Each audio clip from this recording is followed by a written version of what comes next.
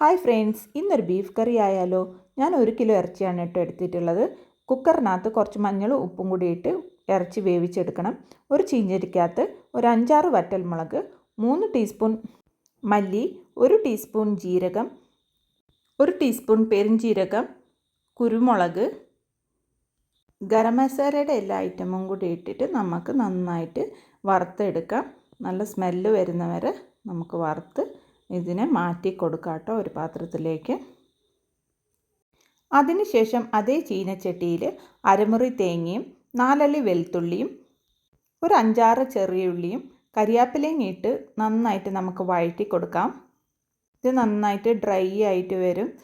Law ഫ്ലെയിമിൽ വെച്ചിട്ട് വേണം കേട്ടോ വറുത്തെടുക്കാനായിട്ട്, അല്ലെങ്കിൽ കരിഞ്ഞു പോകും പെട്ടെന്ന്. അതിനുശേഷം കുറച്ച് നമുക്ക് മഞ്ഞൾപ്പൊടി ഇട്ട് കൊടുക്കാം. വീണ്ടും നമുക്ക് നന്നായിട്ട് വറുത്ത് കൊടുക്കാം. മഞ്ഞൾപ്പൊടിയും കൂടെ ചേരുമ്പോൾ നല്ലൊരു മണം വരാൻ തുടങ്ങും കേട്ടോ. മണം വന്നിട്ട് നന്നായിട്ട് കളറൊക്കെ മാറി വരും.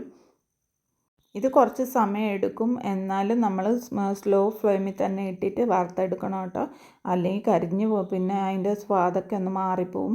അതുകൊണ്ട് നന്നായിട്ട് നമുക്ക് വറുത്തതിന് ശേഷം തണുക്കാൻ വേണ്ടി മാറ്റി വെക്കാം.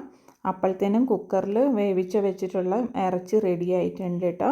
ഇനിയിപ്പോൾ തണുത്ത മസാല നമുക്ക് ഒരു മിക്സി ജാറിലിട്ടിട്ട് പൊടിച്ചെടുക്കാം. ഒട്ടും വെള്ളം ചേർക്കാതെ വേണം പൊടിച്ചെടുക്കാനായിട്ട്.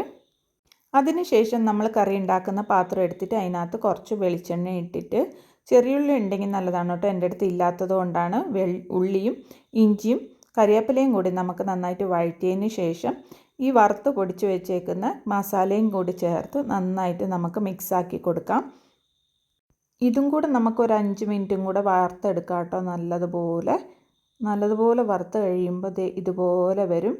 അത് കഴിഞ്ഞിട്ട് നമ്മൾ ഇറച്ചി വേവിച്ച വെള്ളമില്ലേ, അതും കൂടെ കുറച്ച് ഇട്ട് കൊടുത്തിട്ട് നന്നായിട്ട് എണ്ണ തെളിയുന്നവരെ ഇതിനെ വഴറ്റി കൊടുക്കാം കേട്ടോ. എണ്ണ തെളിഞ്ഞൊക്കെ വരുമ്പോൾ നമുക്ക് ഇറച്ചിയും കൂടെ ചേർത്ത് കൊടുക്കാം. അപ്പോൾ ഞാൻ കുറച്ച് വെള്ളമേ ചേർത്തിട്ടുണ്ടായിരുന്നുള്ളൂ, ബാക്കി വെള്ളം കുക്കറിൽ തന്നെ ഉണ്ടായിരുന്നു കേട്ടോ. അപ്പോൾ ഇറച്ചിയും വെള്ളവും കൂടെ ചേർത്തിട്ട് നന്നായിട്ട് നമുക്ക് മിക്സാക്കി കൊടുക്കാം കേട്ടോ. എല്ലാ ഇറച്ചിയിലോട്ട് മസാല പിടിക്കുന്ന പോലെ നല്ലപോലെ ഇളക്കി മിക്സാക്കി കൊടുത്തതിന് ശേഷം നമുക്ക് ഇതിനാവശ്യത്തിനുള്ള ചൂടുവെള്ളം ഒഴിച്ചു കൊടുക്കുക. തണുത്ത വെള്ളം ഒഴിക്കരുത് കേട്ടോ, ചൂടുവെള്ളം ഒഴിച്ചു കൊടുക്കാം. പിന്നെ ഉരുളക്കിഴങ്ങ് ഇഷ്ടമുള്ളവർക്ക് ഉരുളക്കിഴങ്ങും കൂടെ ചേർത്ത് ഇങ്ങനെ ക്യൂബായിട്ട് ഇട്ട് കൊടുക്കാം കേട്ടോ.